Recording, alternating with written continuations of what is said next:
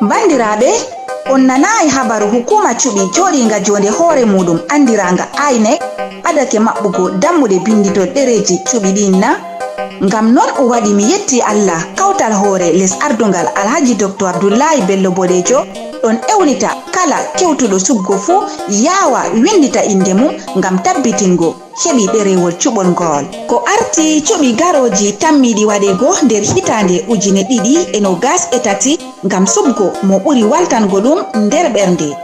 Njawe ta on daɗi. Sa'i cuɓol husitake bindidoyen inɗe me'en dole maren kati cuɓol kam cuɓoyen ta cakiten. Sa'i cuɓol husitake bindidoyen inɗe me'en dole maren kati cuɓol kam cuɓoyen ta cakiten.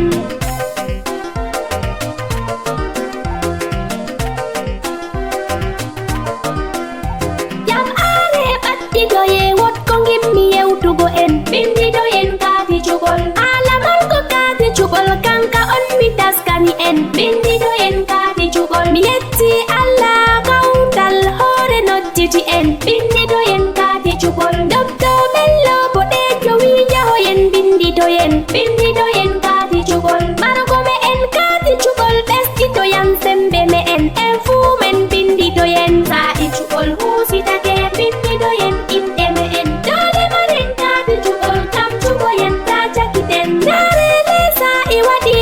Tefi ardugo en dole maren kadi cuɓol. Dole en jinna darnde non kadi bo taskitoyen dole maren kadi cuɓol. Nder defɓe suɓego moyto laami en doto en dole maren kadi cuɓol. Ɓawo margo kadi cuɓol cuɓtoyen mo teddini en dole maren kadi cuɓol. No wadda maren wolde dow yimɓe ɓe laamoto en. Sa'i cuɓol sey cuɓoyen. Sa'i cuɓol husitake bindidoyen inɗe me'en dole maren kadi cuɓol kam cuɓoyen ta cakiten. Hande jamanu waylake dole me'en taskiten dole maren kadi cuɓol. To mbaggu wayri fiire gamarle men bo mbayloyen dole maren kadi cuɓol. Tokkoyen no jamanu wardi ta cakiten ɗaggoyen dole maren kadi cuɓol. Adelke men ɓantoye sai maroyen kadi cuɓol dole maren kadi cuɓol. Sa'i cuɓol